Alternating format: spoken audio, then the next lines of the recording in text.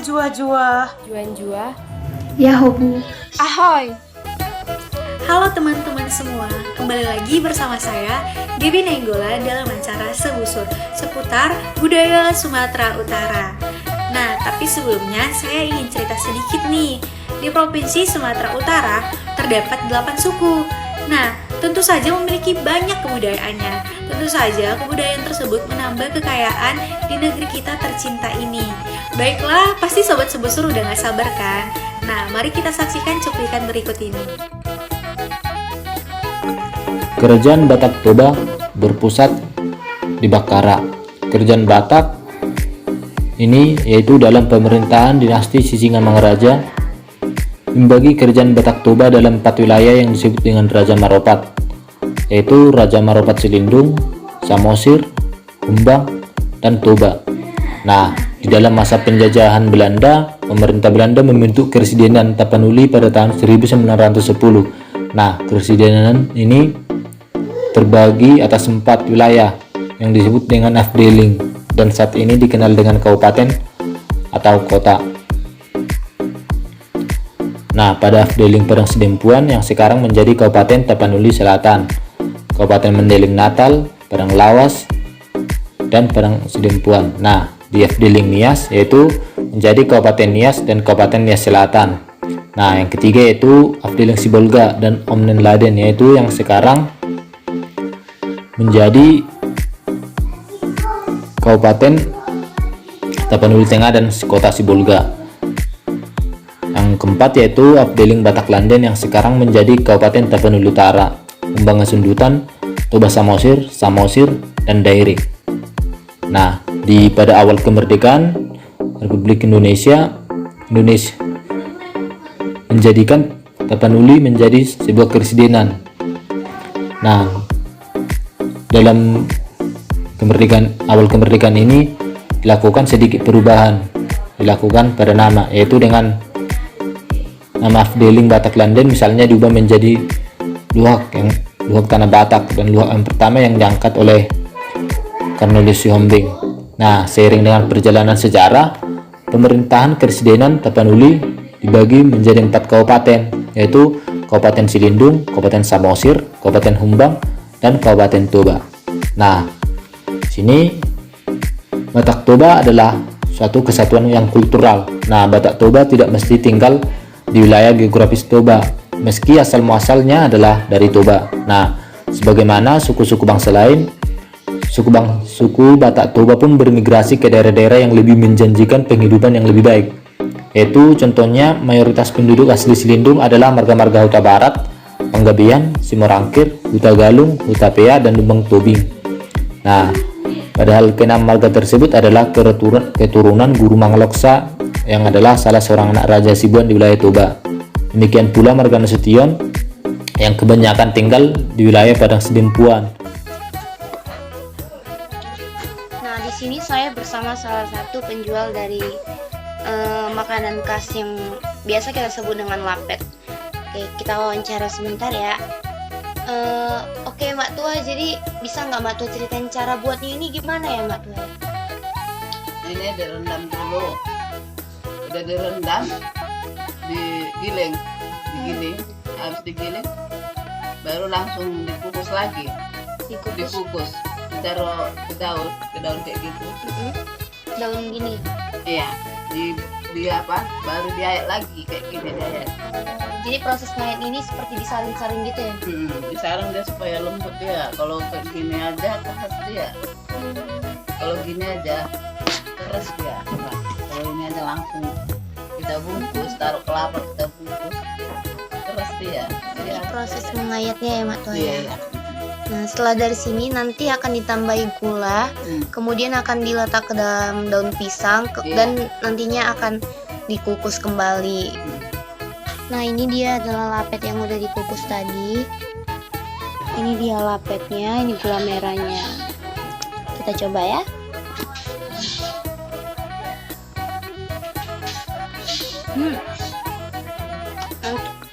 Torto Siutuk Sanggoro merupakan tortor yang berasal dari suku adat Batak Toba, di mana tari tortor ini digunakan untuk menyambut para tamu dan juga digunakan dalam upacara adat. Gerakan tariannya sendiri terdiri dari gerakan lutut yang ditekuk-tekuk dan juga gerakan tangan yang mengikuti irama dari bunyinya. Tarian ini juga menggambarkan keseimbangan kehidupan.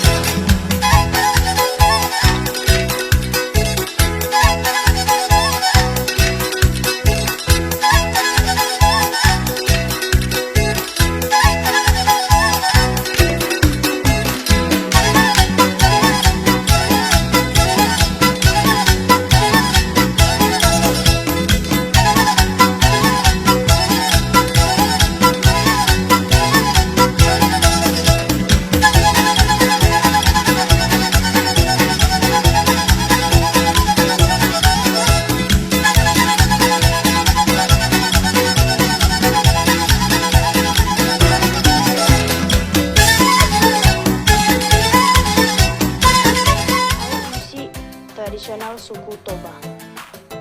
Yang pertama, taganing. Taganing adalah alat musik pukul yang memiliki 5 buah gendang. Alat musik ini dimainkan dengan memukul membrannya menggunakan 2 palu-palu. Kelima gendang memiliki namanya masing-masing. Yang ketiga, hapetan atau hasapi. Hasapi adalah alat musik petik yang mirip dengan kurcapi. Alat musik ini memiliki 2 buah senar dan termasuk dalam golongan. Bulan ini terdapat 3 bagian utama dari rumah tersebut. Yang pertama itu bagian bawah, tengah, dan atas. Nah, pada bagian bawah yang seringkali disebut dengan tombara, yang terdiri pondasi yang terbuat dari bahan batu dan pasak yang tertusuk pada tiang, dan juga tangga yang disebut dengan balatuk. Bagian ini berfungsi sebagai tempat memelihara hewan ternak. Yang kemudian di pada bagian tengah yang disebut dengan tonga, yang berdiri dari dinding depan, samping, dan belakang. Bagian ini berfungsi sebagai tempat tinggal untuk hunian seluruh anggota keluarga. Untuk bagian terakhirnya adalah bagian atas yang terdiri dari atap. Di bawah atap terdapat urur, dan di atas urur membentang lais. Bagian ini berfungsi sebagai tempat untuk menyimpan benda keramat. Kemudian pada rumah Polen ini terdapat banyak ukiran atau ornamen. Nah, rumah Polen ini juga disebut dengan rumah keluarga karena keluarga ini merupakan sebutan dari ukiran atau ornamen yang terdapat pada rumah ini. Terdapat beberapa ornamen atau ukiran yang dimiliki oleh rumah adat Polen dengan bentuk ular, cicak, dan kerbau. Biasanya ornamen ini terletak pada dinding rumah. Untuk fondasi dari rumah adat ini menggunakan fondasi tipe cincin. Tipe cincin itu maksudnya tipe yang menjadikan batu sebagai tumpuan kolom kayu yang ada di atasnya. Kemudian batu yang digunakan di bagian dasarnya itu disebut dengan batu ojahan. Nanti di atas batu ojahan dengan struktur fleksibel diletakkan tiang dengan diameter 42-50 cm. Desain ini membantu rumah agar tahan terhadap gempa. Selain itu, terdapat 18 tiang rumah yang memiliki nilai slopi, kebersamaan, dan kekuatan.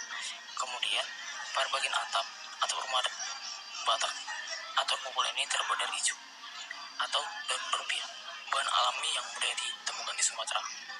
Bagian atap memiliki desain seperti pelana kuda atau punggung kerbau.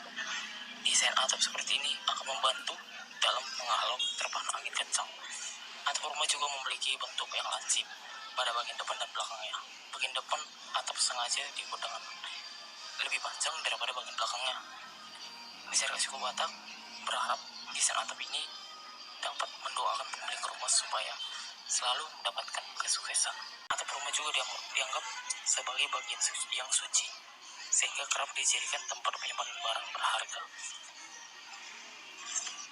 Kemudian ukiran-ukiran atau ornamennya pembulun, terdapat banyak ornamen ukiran seperti berbentuk cicak, kerbau, dan ular. Kalau dari ornamen cicak ini menggambarkan bahwa suku Batak dapat hidup dan beradaptasi dimanapun mereka berada. Walaupun suku Batak jauh dari tanah asalnya, mereka diharapkan tetap menjalin persaudaraan dengan sesama sukunya. Kemudian keluarga berbentuk kerbau ini merupakan tanda terima kasih terhadap hewan tersebut. Kerbau dipercaya telah membantu kehidupan manusia. Kemudian yang ketiga itu ornamen berbentuk ular, karena hewan ular masih berhubungan dengan kepercayaan suku Batak. Rumah yang dimasuki ular dipercaya akan mendatangkan keberkahan. Kemudian dinding rumah adat Batak Toba ini dibuat dengan hati-hati karena memiliki fondasi yang miring untuk mempermudah angin dari luar untuk masuk ke dalam ruangan. Kemudian pada bagian rumahnya terdapat 3 bagian, yaitu bagian bawah, tengah, dan bagian atas. Baik teman-teman, di sini saya akan mengajak teman-teman semua untuk mengetahui di mana saja sih persebaran suku Simalungun itu sendiri. Dalam tradisi asal-usulnya, ternyata suku Simalungun diyakini berasal dari wilayah India Selatan dan India Timur serta masuk pada abad ke-5 Masehi, dan mereka menetap di daerah timur Danau Toba yang saat ini kita sebut Kabupaten Simalungun di Provinsi Sumatera Utara. Kabupaten Simalungun terdiri dari 32 kecamatan, di mana ibu kota dari Kabupaten Simalungun ini adalah Pamatang Rai. Penjelasan saya mengenai persebaran suku Batak Simalungun, kita dapat mengetahui ternyata Kecamatan Siantar adalah kecamatan yang paling banyak penduduknya suku Simalungun loh. Nah teman-teman, dari situ kita dapat mengetahui bahwa suku Simalungun itu sangat luas bersebarnya. Halo, saya Reski. Di sini saya akan menjelaskan sedikit mengenai alat musik tradisional dari suku Nias dan Simalungun. Berikut penjelasannya. Aramba. Aramba adalah alat musik yang terbuat dari bahan kuningan yang dimainkan dengan cara dipukul menggunakan alat pemukul. Aramba sama seperti alat musik gong. Aramba memiliki ukuran diameter 40-50 cm. Jika kita melihat sekilas, alat musik ini seperti memiliki 2 bagian, yaitu bagian datar panjang dan bagian yang untuk dipukul. Alat musik aramba biasa digunakan pada saat upacara adat, seperti upacara kematian si ulu atau raja, upacara owasa, dan upacara adat lainnya. Berikut sedikit cara bermain aramba.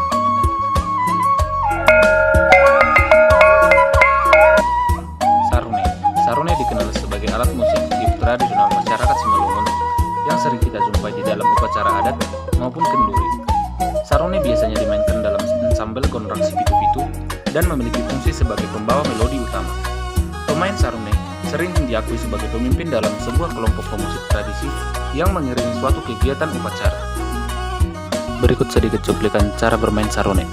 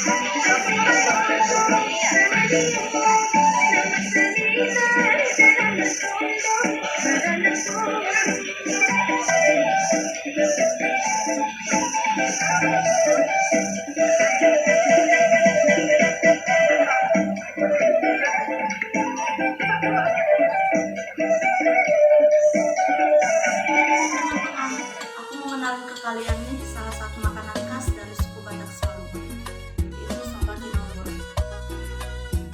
Sambal cinombur ini sering juga disebut dengan sambal bulbur, di mana sambal bulbur ini biasa digunakan sebagai bumbu sambal untuk ikan bakar. Ikan bakar yang digunakan biasanya ikan nila ataupun ikan mujair.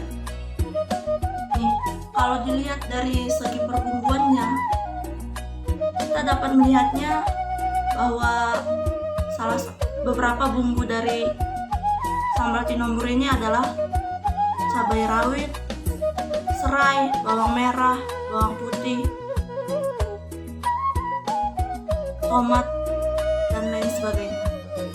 Kalau dilihat-lihat dari hidangannya, ini enak banget nih. Jadi gak sabar pengen mencobanya. Nah, saya akan mencobanya.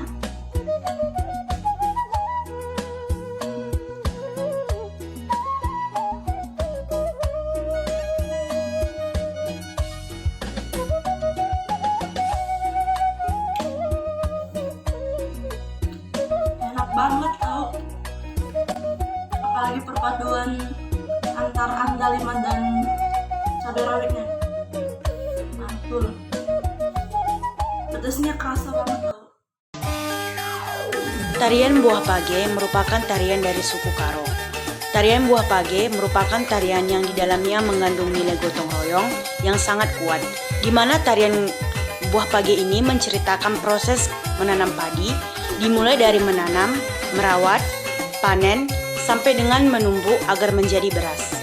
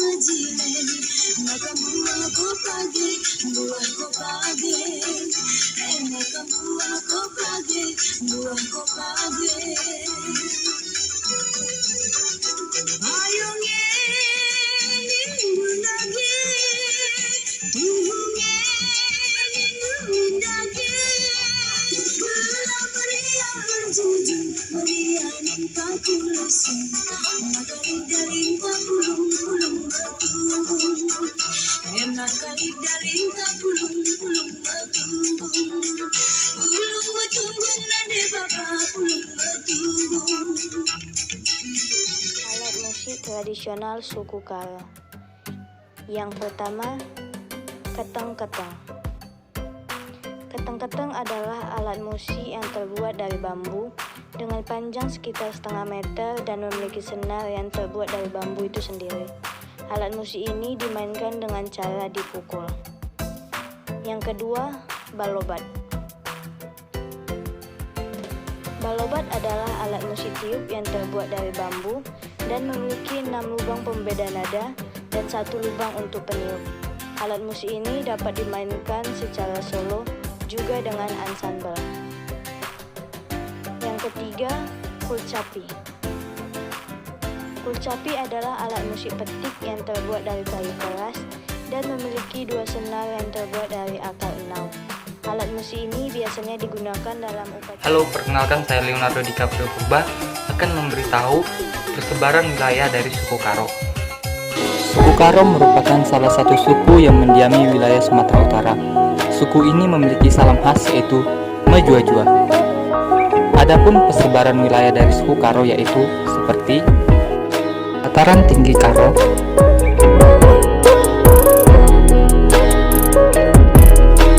Kabupaten Deli Serdang,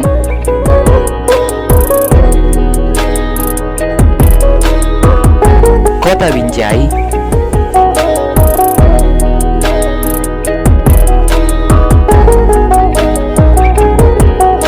Kabupaten Langkat,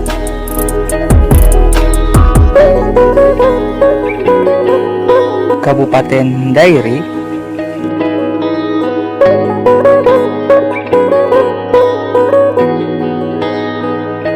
Kota Medan,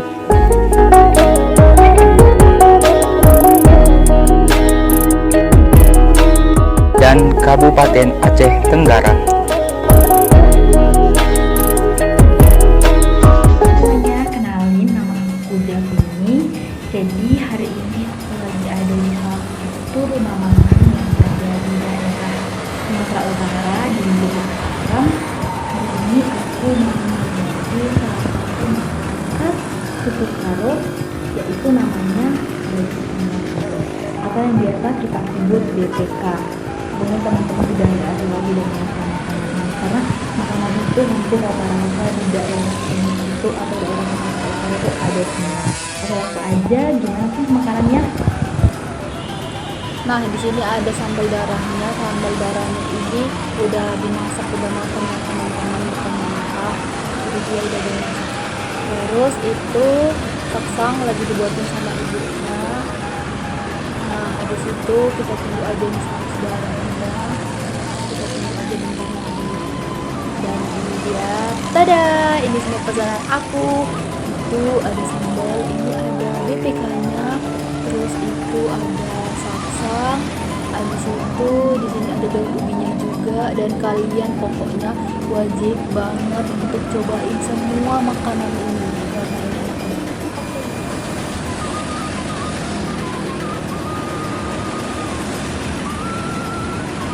banget. Memiliki keunikan tersendiri, terutama dari teknik bangunannya. Rumah adat ini memiliki konstruksi yang tidak memerlukan penyambungan. Pertemuan antar komponen dilakukan dengan tembusan atau diikat menilang dengan ijuk untuk menjauhkan rayapan ular. Rumah adat ini berbentuk panggung sekira 2 meter dengan dinding miring beratap ijuk. Posisi bangunan rumah adat Karo biasanya mengikuti aliran sungai yang ada di sekitar desa. Untuk konsep struktur bangunan terdiri dari 3 bagian.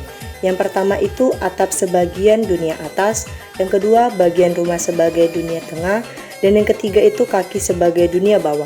Bentuk rumah adat Karo juga sangat megah dengan diberi tanduk. Pada gambar di atas telah ditampilkan Dena Siwalu Cabu. Atap dijalin dengan ijuk hitam dan diikatkan kepada sebuah kerangka dari anyaman bambu yang menutupi bagian bawah kerangka dari pohon aren atau bambu. Bubungan atap tersebut terbuat dari jerami yang tebalnya 15 sampai dengan 20 cm. Ujung dinding atap yang menonjol ditutup dengan tikar bambu yang sangat indah. Fungsi utamanya adalah untuk memungkinkan asap keluar dari tungku dalam rumah.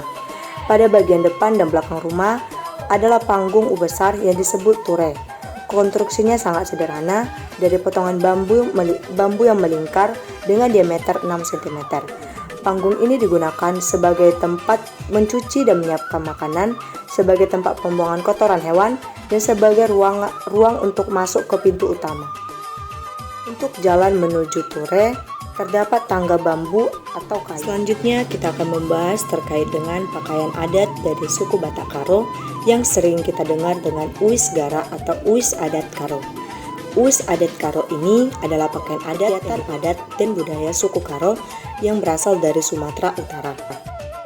Warna yang dominan dari pakaian adat suku Batak Karo ini adalah merah, hitam, dan putih, serta dihiasi berbagai ragam tenunan dari benang emas dan perak.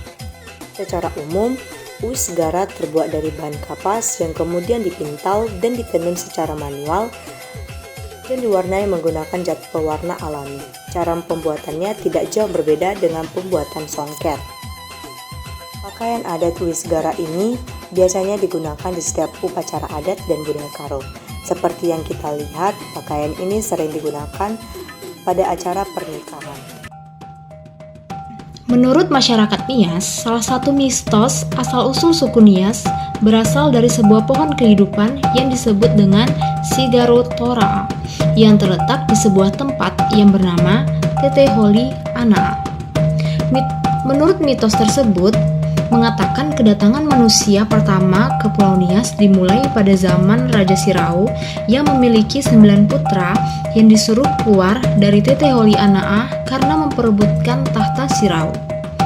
Ke-9 putra itulah yang dianggap menjadi orang-orang pertama yang menginjakkan kaki di Pulau Nias. Sementara itu, penelitian arkeologi telah dilakukan di Pulau Nias sejak tahun 1999 dan menemukan bahwa sudah ada manusia di Pulau Nias sejak 12.000 tahun silam yang bermigrasi dari daratan Asia ke Pulau Nias pada masa Paleolitik. Bahkan ada indikasi sejak 30.000 tahun lampau, kata Profesor Hari Truman Simanjuntak dari Puslitbang Arkeologi Nasional dan LIPI Jakarta. Pada masa itu hanya ada budaya Hoan Bin Vietnam yang sama dengan budaya yang ada di Pulau Nias. Sehingga diduga kalau asal-usul suku Nias berasal dari daratan Asia di sebuah daerah yang kini menjadi negara yang disebut dengan Vietnam. Populasi persebaran suku Nias yang paling signifikan yaitu berada di Nias Selatan dengan 289.708 jiwa, diikuti dengan Nias sebesar 135.778 jiwa. Lalu ada Nias Utara dengan 127.530 jiwa, Nias Barat dengan 81.431 jiwa, dan Gunung Sitoli sebesar 61.809. Teman-teman, saya Lufani Girsang. Nah, pada kesempatan kali ini saya akan sharing salah satu masakan dari suku Nias, yaitu goi fufu. Biar tidak penasaran, yuk kita lihat cara pembuatannya. Bahan-bahannya di sini ada ubi ungu dan ubi kuning. Kemudian ada kelapa, ada gula dan garam. Yang pertama, air dimasak sampai mendidih. Kemudian airnya mendidih, dimasukkan ubinya ke dalam air mendidih. Nah, yang pertama ini ada ubi ungu, direbus selama 6-10 menit. Ditunggu sampai ubinya lembek. Nah, ini ubi yang kuning.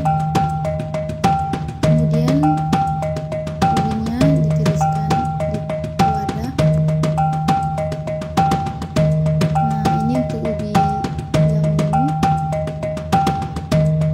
Dan ini ubi yang kuning.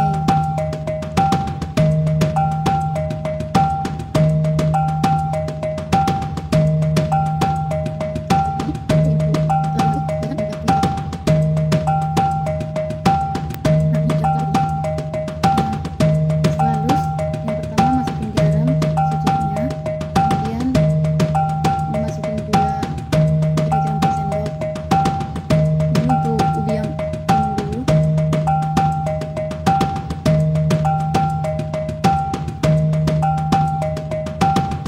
Nah, ini diaduk sampai tercampur rata.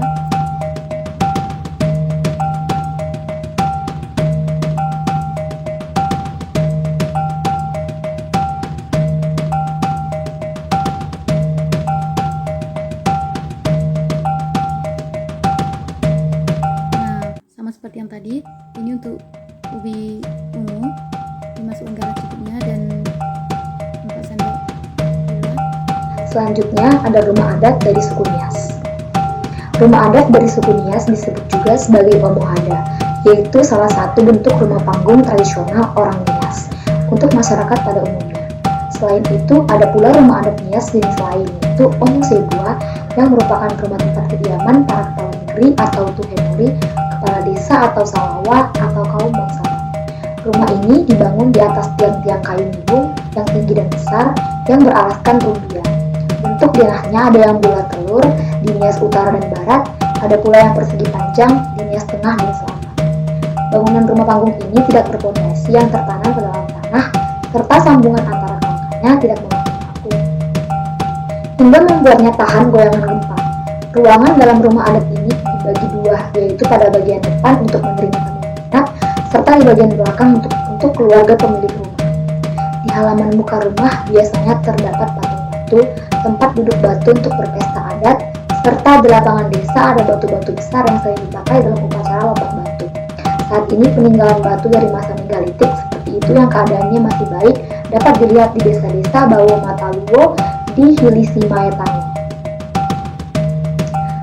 Selanjutnya ada baju adat suku Nias atau pakaian tradisional suku Nias. Pakaian adat suku Nias dinamakan Boharu Oholu untuk pakaian laki-laki dan Orobasioli untuk pakaian perempuan. Pakaian adat ini biasanya berwarna emas atau kuning yang dipadukan dengan warna lain seperti hitam, merah, dan putih. Wah, nggak kerasa nih, udah ada kebudayaan dari 4 suku yang sudah kita lihat bersama. Pasti teman-teman pada penasaran kan sama 4 suku lainnya? Tanpa berlama-lama, mari kita lihat 4 suku lainnya dari Sumatera Utara.